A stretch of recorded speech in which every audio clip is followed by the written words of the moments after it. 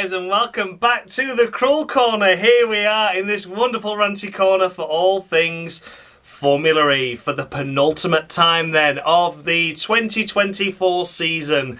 We are at London for the doubleheader. This time we're discussing all things race number 1 from that weekend. And wow, this championship is certainly hotting up, isn't it? It really is. I don't know who's going to win it. I don't know. It's getting so close, isn't it? It really is. So, yeah, it's all tightening up at the front, as always. But as always, we are going to judge each driver's performance based on this race alone. For now. We'll see what comes tomorrow. But yes, we've got a lot to dig into, so let's crack on. So if you've never seen this series before, I award the drivers out a maximum of 10 points based on their overall race weekend's performance, and I go all the way down to 0 if they have a particularly bad one. Take a look out for bonus points. They're sometimes not for some drivers to do something extra special during a race, and on the rare occasion I do award minus points those drivers do something extra special, but for all the wrong reasons. Let's take a look at the current standings then going into this episode. It's on the screen now for you to take a look at. Have a look and see where your favourite driver is. Of course, Kyle Collette there at the back, but he will be quickly and swiftly replaced by Ollie Rowland, who will be returning to the championship to have another go at it, so to speak. Can't really say his first race back went in fantastic fashion. But nonetheless, don't forget that Oliver Rowland will be returning, and he is close to the top of the leaderboard. So yes, a lot to play for at the front. A lot of drivers bordering on disqualification. So yeah, let's get into it, shall we? Without further ado then, let's kick things off with the race winner. It's Pascal Wehrlein, taking the championship lead with this victory.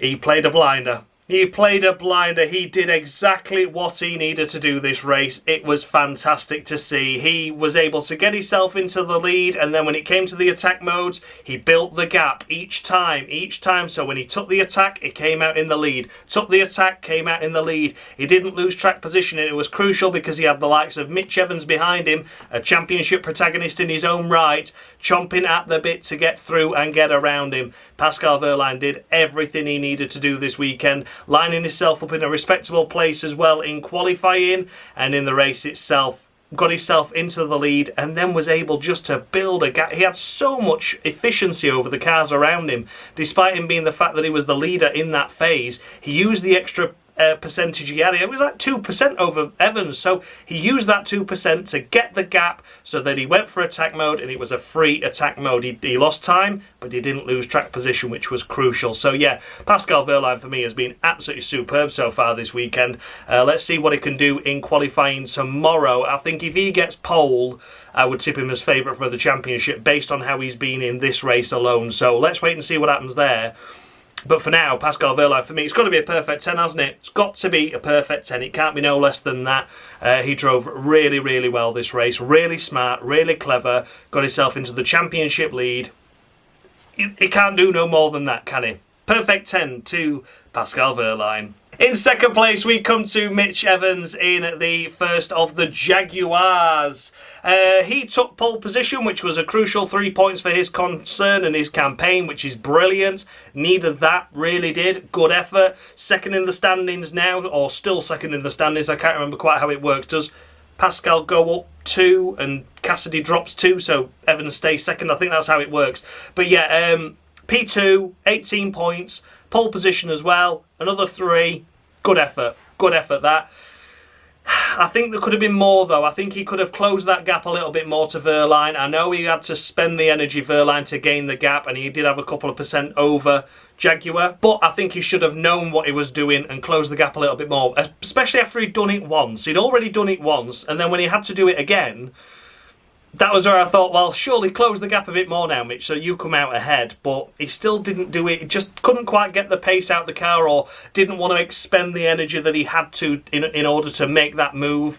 But that was my only criticism. I think there was a little bit more that could have been done there. Maybe it was Jaguar telling him to hold back. Maybe it was more of a team strategic game, thinking that Wehrlein would use a lot more energy than he did doing that. But yeah, overall, Mitch Evans this weekend's getting 9 from me so far. This race in particular, 9 points. Did a good job there. Pole position, great effort, and of course P2, a podium position. He needs that for his title campaign. Is it 4 or 3 points between himself and Wehrlein now in the standings? So yeah, It's a very, very good effort. Closed the gap considerably, overtaking his teammate Cassidy now in the standings as well for the first time this year, which is crazy to say, but if you're going to do it late, eh? But yeah, Mitch Evans, 9 points to him on the Cruel Corner. Finishing in third place, we come to Sebastian Buemi. Where the bloody hell's he come from, eh? Where has he come from? Like Robin Fright's in Portland, a podium and a podium. Here's Buemi continuing that form with another podium for Envision. Why is it that the first 2 races this season, they got podiums, and the last, looking like the last couple of rounds this season, they're getting podiums, but everything in the middle has been virtually nil point for them. It's been ridiculous, hasn't it? But here is Sebastian Buemi, strong qualifying, good race pace, P3, kept himself out of trouble, didn't get involved in any other shenanigans going on, of which there were plenty, and here he is P3. I don't know what else I can say to that. It was just a really good measured drive by him, and why wasn't this able to be done a lot sooner? That proves that this Envision car has had the pace all season long. It just hasn't happened for whatever reason in that big block of middle phase of this season where both drivers have hardly picked up nothing. Really, really bizarre. But for Sebastian Buemi, it's 10 points to him as well. Of course it is. A perfect 10 to Buemi. A podium from nowhere. Well done. Well done. Fair play. Fair play, Sebastian. 10 points to you. Finishing in 4th place, we come to Nick de Vries. His best finish this season by a country mile. And some big, big crucial points for Mahindra as well. I mean, P4 on the road on merit. I know we've got a few cars to talk about a bit later on that got penalties that were inside the top 10, but Nick de Vries was P4. He was there on merit. What a fantastic effort. What a great effort. Qualifying was okay, I think. I think it was about P14, somewhere around there. So it was okay for a Mahindra. But the main thing is he kept himself out of the trouble and out of these ridiculous shunts that we kept seeing, of which we'll talk about in a moment. But de Vries was clearly just able to get away from all that drama, steer clear of it, which Mahindra haven't been able to do earlier on this season. They were always the victims of everything, really, weren't they? But yeah, you know, it's a great haul of points here for Mahindra. Really, really impressive. A P4 finish on merit, on the road. Great effort. Perfect 10 to de Vries as well. Perfect 10. What else could he do? What else could he do other than that? That was really, really impressive. So yeah, perfect 10 to Nick de Vries for that. A storming drive. P5, we come to Eduardo Mortara. Bloody hell, what a huge, huge points haul this race weekend. Just this race for the Mahindra squad with Mortara in P5. That is 22 points, and they elevate themselves well above the Apt Cooper squad and even further away from ERT now in that battle for 9th in the constructors. That is absolutely crazy where this form has come from, but again kept out of trouble. I think Mortara is the first of the cars to benefit from the time penalties. So we had Fenestraz with a penalty, Jake Dennis with about 14 years worth of penalties. Did Ollie Rowland have a did Ollie Rowland have a penalty as well? I think he did for his incident with Da Costa. Then Jev got one at the later stages, didn't he? So I think Mortara finished around 7th and then was elevated to 5th with the time penalties that dropped the other drivers behind. But again, Mortara kept himself out of trouble. We didn't see much of the Mahindras, and it was just a case of, oh look, they're both inside the top 10. Oh look, they're both inside the top 8. Oh look, they're both inside the top 5. And they just finished. And that is exactly how Mahindra need to play it. Stay out of trouble and stay out of drama, because they've been involved in far too much of it this season. And this time around, the luck swung their way, and they both got a fantastic finish. So well done to Eduardo Mortara. It's a perfect 10 to him as well. Sadly, very critical at the moment. The lowest score's been a 9, but come off it. I can't do much more than that, can I? A perfect 10 to Mortara for finishing P5 in a Mahindra.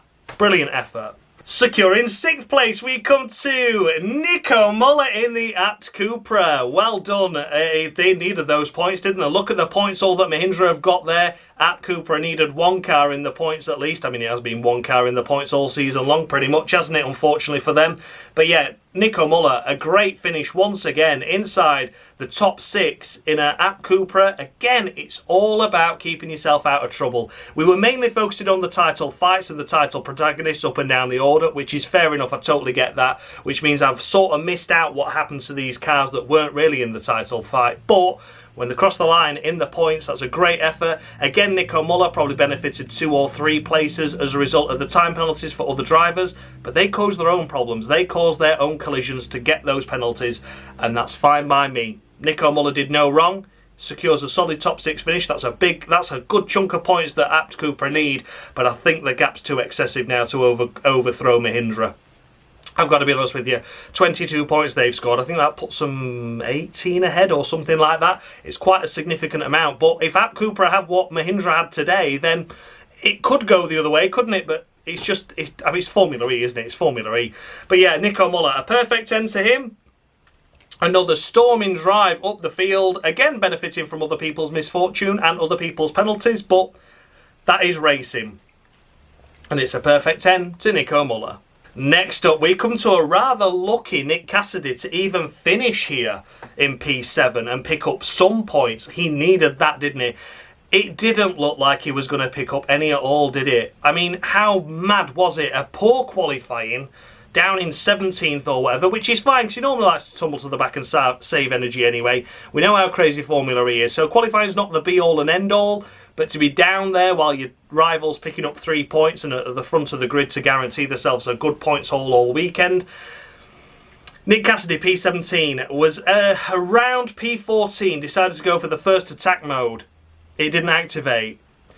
So he lost about 3 places. I think he dropped to 17th from basically where he started with no attack mode, so then had to go for it again, so obviously lost more time.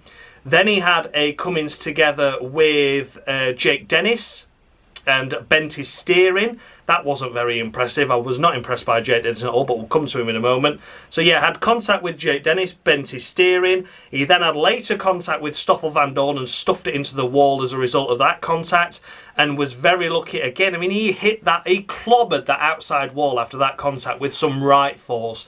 I was very surprised he didn't have broken rear suspension and was out from that moment. He then, after all this started happening, went for his second attack mode, which in theory is going to be his 3rd time going for it because he'd already missed one earlier, and that one didn't activate as well. And he said it was his sensors on his car that wasn't activating, that he'd gone through the loop, which is the 3 zones that you have to go through to activate. He was having a loop issue, so it wasn't activating the first one. So that was the issue there. So then he had to go for the attack mode again, and he was still just on the fringes of the 10th place finish there. And he was looking like he was going to get a point despite all that happening in the race. It looked like he was on for a point. And then we had the penalties ahead for the likes of Roland Fenestraz and Jake Dennis, which meant he finishes here in P7. So he is counting his chickens that at least he scored some points to keep it in the championship hopes. It's all going to rely on tomorrow, of course it is, but he needs a strong qualifying. He can't be down there again and stuck in the melee. He needs to be at the front and defending from the front. He can't be attacking from the back. I know it's a strategy that he likes to do and it's worked out so much for him this season, but that proved in London that no, you're just going to get caught up in a lot of rough and tumble. It was a miracle he was able to keep going from the 2 collisions he had on track, neither of which were his fault, and then he was lucky that he was able to still scrape into the points despite 2 missed attack modes. So going through the attack mode zone 4 times. Mad, absolutely mad. I mean, without those, take those attack modes out of it. I mean, that's like 2 seconds per attack mode. So that's 4 seconds lost. There, that could have elevated him further inside the top 5. Crazy, crazy stuff. So for Nick Cassidy, I've scored him a solid 7 because I do think it was his fault that he was out there and not in the duels. He was down at the back, and that's his own problem. And in the race itself, he just kept going and just kept persevering. And it does show you that points make prizes at the end of the day because he didn't give up. He kept going with a car that was crabbing, that was damaged, his steering was out, and he was still able to pick up what could be 6 crucial points for his championship hopes. And it's a solid 7 from me for Nick Cassidy. Finishing in 8th place, we come to Sam Bird, a very, very unfortunate victim on lap 1. Jake Dennis was trying to begin his venture in taking out the whole world, and whilst taking out Robin Freitz, Sam Bird just got collected, a total innocent victim in it all, had to tumble all the way down to the back of the pack, but was lucky to keep going and lucky not to sustain any damage at all. He did well then to just recover and keep himself quiet, out of trouble, not wanting any fuss from anyone. And here he is picking up a few points at the end. Again, I think there's about 3 cars ahead of him that had penalties, so he crossed the line in 11th, but elevated to 8th. I think he deserved that. I think he deserved the luck to go his way at the end. I mean, his season's deserted him pretty much since that victory, hasn't it? But, you know, I think he drove well there, picked up a few crucial points for McLaren. Could have been more, should have been more, maybe would have been more had it not been for what happened at turn 1, because he did lose a hell of a lot of time and a hell of a lot of track position. I know Formula E is crazy and chaotic, but you don't want that on lap 1, and it does put you on the back foot for the remainder of the race there to go against your strategy and try and recalculate things. So yeah, Sam Bird, I've given him 8. I've given him an 8. It was a total innocent victim in the first lap collision, I should say, sorry, and just did a great job overall to just recover what was going to be a disappointing weekend. I mean, it's still disappointing. Look at where everyone else has finished. The Mahindras and the Apps that stayed out of trouble. You know, Sam Bird, if he'd have not been in trouble, maybe he could have been on the podium instead of away me. But as it was, it's 8 points to him for a P8 finish. Next we come to Stoffel van Dorn, disqualified on the cruel corner. The only driver to be disqualified so far this season, which is a surprise. But maybe we will come to some more later on. Again though, P9. Nowhere really. I mean, he kept himself out of trouble, didn't get involved in any silly shenanigans, and he's still only P9. That's the disappointing thing, isn't it? We're talking about Sam Bird, good recovery. Cassidy, good recovery. The Apt Coopers, the Mahindras up there, good effort, stay out of trouble. Van Dorn stayed out of trouble and still only scraped a couple of points because of other people's penalties. So it wasn't an impressive drive that I could see anyway.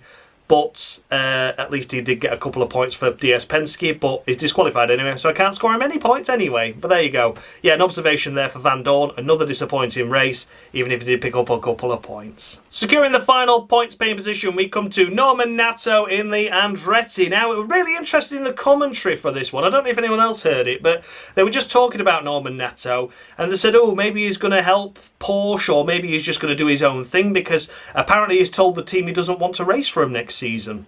That's what I heard in commentary, not the other way around, that the team doesn't want him. He doesn't want the team. So that's an interesting one. It'd be interesting to see what happens there. Maybe they've had a falling out behind the scenes or not. I don't know. I'm just purely speculating on what I heard. Maybe I misheard it. Let me know in the comments if you watched the live commentary and watched the race live and see what they said. I'm sure he said he doesn't wish to continue with the team into next year. Maybe Andretti have offered it and he's turned them down. Maybe he's off somewhere else. Who knows? But Norman Nato in the Nissan was running well, actually, inside the top 5, inside the points, driving a really nice, clean race.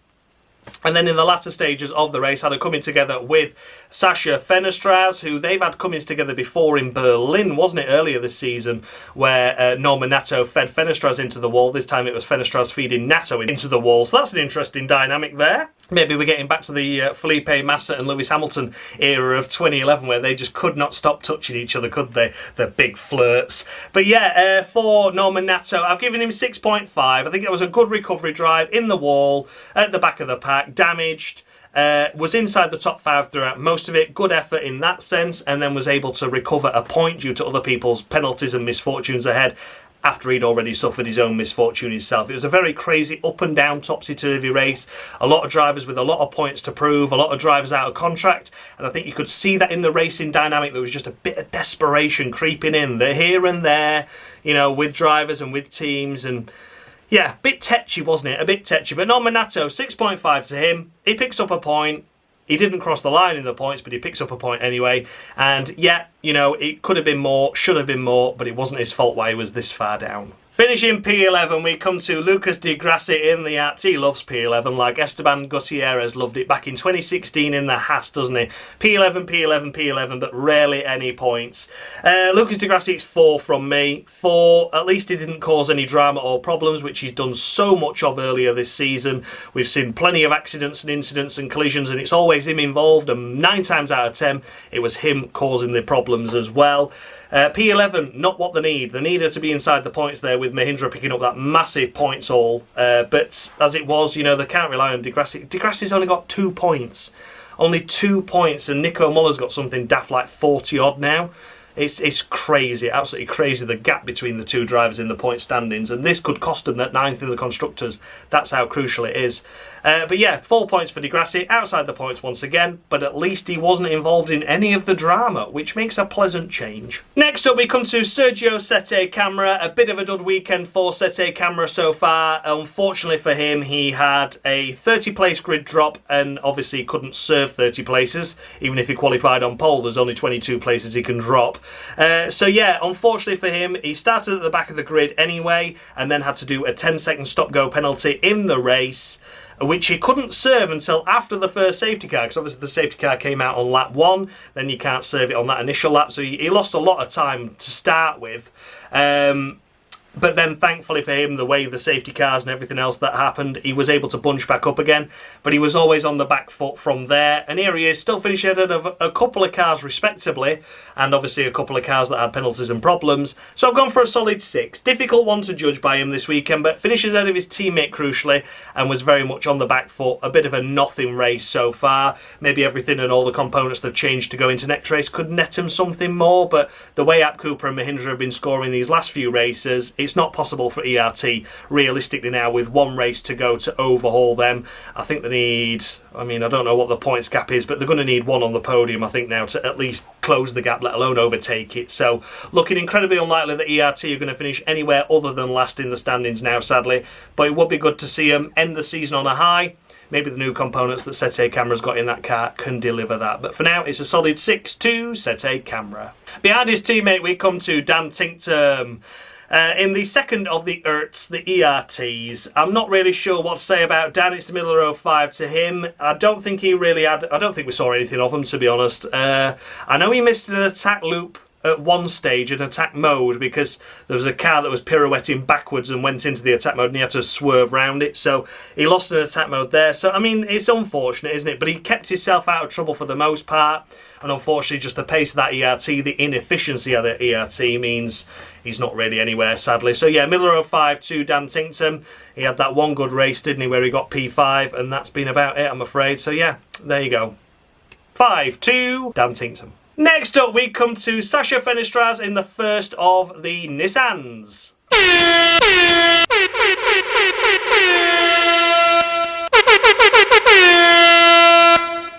And there we have it. It's not just a lotterer of the week, though. This is a disqualification. That's his 4th lotterer, which means it's an instant disqualification. So Sasha Fenestraz joins Stoffel van Dorn in the disqualified pile. What a shame, what a shame. But Sasha Fenestraz has just had a really difficult second season, hasn't he? Like a difficult second album from a band that absolutely, the first album was incredible, the second album comes out and no one buys it. He's had a very much tumultuous second season, shall we say. Rarely delivered any good results. This race around, he was in and around Norman Nato throughout most of it, so was on for a good points haul of around 8 to 10. I would say was possible. A top 5 finish was certainly on the cards, and the pace of that Nissan would show that it's got the pace for a lot more than that. But you know, Fenestraz just needed to cross the line there and just think, look, you know, better part of valor, I'd sooner get 8 points than nothing. But unfortunately, as it was, he was a bit overambitious on his overtake on Norman Nato, dumped Norman Nato into the wall. Fenestraz crossed the line, if I remember rightly, around 8th. And then the 5-second time penalty that he got dropped him down to here. So, yeah, not a great weekend by Fenestraz after looking so positive. You know, he was in and around and in the mix there, and I thought, oh, he's having a good race. He throws it all away. So yeah, very, very difficult. I don't believe Fenestraz is going to be kept by Nissan now. After what was a very promising rookie season, where he missed out on a podium cruelly a couple of times, this season around, he's not even had that opportunity despite the car having the pace to do it. He's not been able to deliver. So yeah, unfortunately, it is a final lotterer of the week to Sasha Fenestraz, which means it is a disqualification on the cruel corner. Then we come to Sasha Fenestraz's teammate, Ollie Rowland.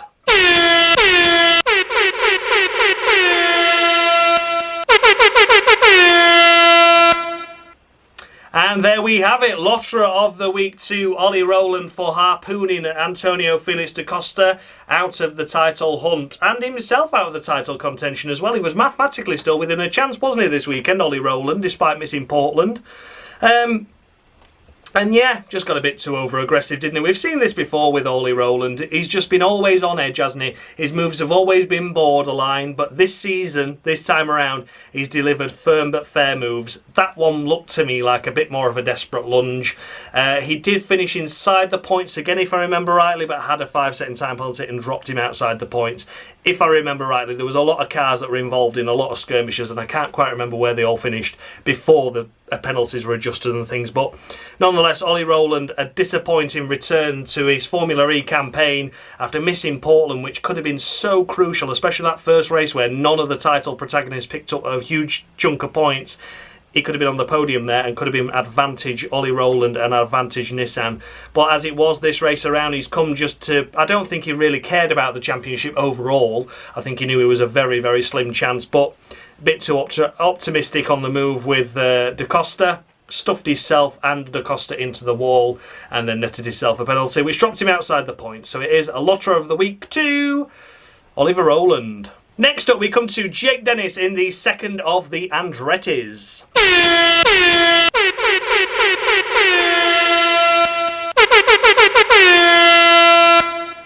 And there we have it. A Lotterer of the Week to Jake Dennis as well for just basically taking the whole world out, didn't he? My God, what was he doing? What was he doing? Where'd this come from?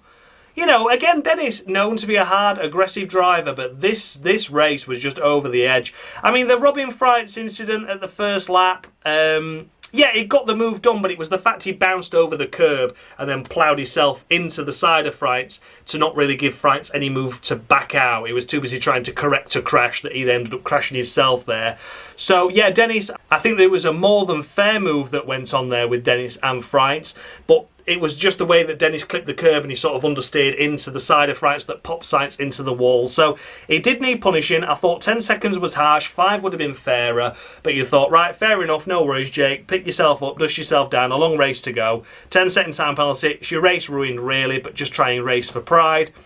Then he just dove it up the inside of Vern and then nearly tipped Vern onto his roof because it was like that, wasn't it? They came into contact at where the attack mode was and he tipped him like that and it's like, oh, fuck's sake. And then he tried to blame Vern for just turning in. Even when you watch the replay, Vern was already at the corner and Jake just drove straight into the side of him like that, and then he had the cheek over the radio to go, yeah man, Vern just turned in on me. Well, yeah, it's a corner, isn't it? It's like fucking Verstappen at Hungary, isn't it? He just turned right, yeah, because there's a right-hand bend coming up. So yeah, that was an interesting one. And then not finished with that, he then decided to crash into the side of Nick Cassidy, the championship protagonist, and bend his steering. So he picked up 5 seconds for the Vern penalty, 5 seconds for the Cassidy penalty, 10 seconds for the Freitz penalty, and yeah, got himself 20 seconds of race time added to his time. And here he is finishing well down the order as a result of that. So yeah, well done, Jake Dennis. Very, very poor, very uncharacteristically bad weekend by you so far. Not acceptable at all to be driving like that. Well, driving like a lunatic though. Like, yeah, the 10 seconds was harsh, I'll admit, but it still deserved a penalty. And then to continue to drive like an idiot. I mean, they gave him a black and white flag in the end, and it was like, look, any more and you're literally going to get a black flag. That's how bad he was. So yeah, Jake Dennis, a Lotterer of the Week to him. His title chance has come undone. It was very slim anyway. But yeah, it's very much over now. And Jake Dennis drove like a lunatic. Then we come to Jean-Eric Verne in the second of the DS Penske's.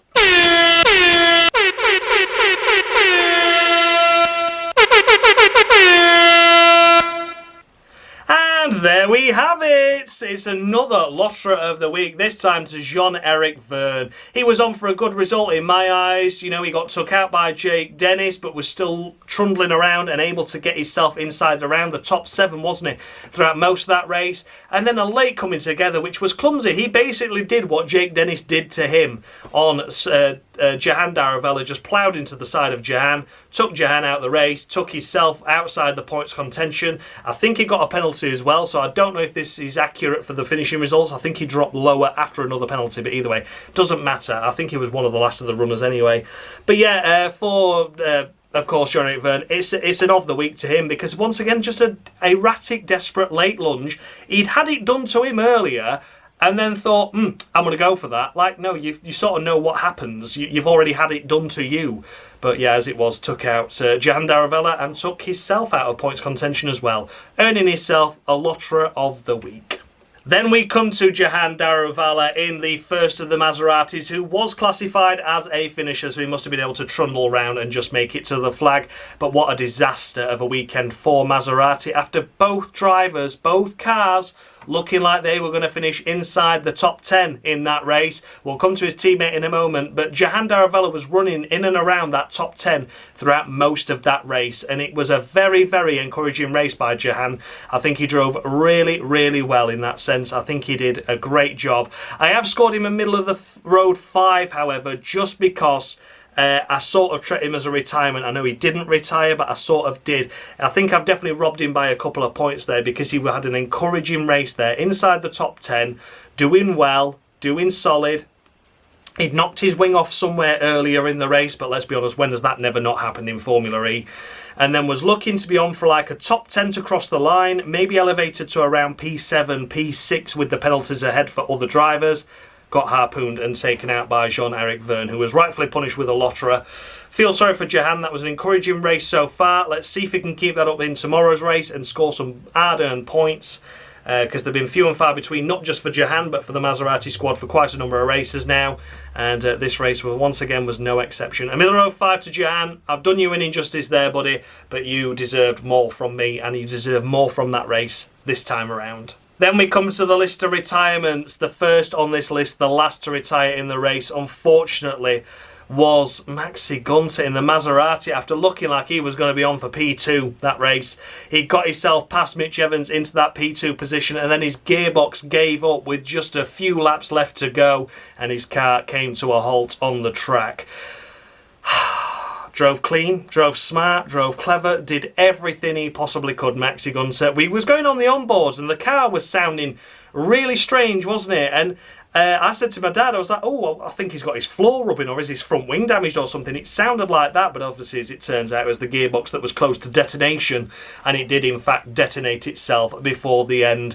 Maxi Gunter gutted for him, Maserati gutted for them. That was a disaster of a lap. It was the same lap that Maxi Gunter broke down that Jahan Daruvala got wiped out of the points as well. So, yeah, the luck never comes to them, does it, at times? It really doesn't. Maserati, I don't know what they've done to deserve this poor pace and poor performance in the latter stages of the season, and no luck at all either. But yeah, deserved a lot more from it this race, without a doubt. P2 was on the cards there, but for a retirement, can only be a maximum of 5, and that's exactly what Maxi Gunter's getting. 5 points to him for that. What a shame, what a shame. Would have been another podium, would have given Maserati a massive boost in confidence, and would have helped him in the championship as well. There's still a lot to play for, but as it was, they walk away with nil points after what could have been a podium and a top 8 finish for their other driver. Next up, we come to Jake Hughes in the second of the McLarens. Very, very unfortunate, very lonely. Don't even know what happened to him. He just pulled into the pits and retired. So I would say that was a mechanical issue as opposed to contact. I've gone for 3.5 for Jake this race. Qualified himself down in 18th. Had a 3-place grid drop for a collision he had earlier in Portland.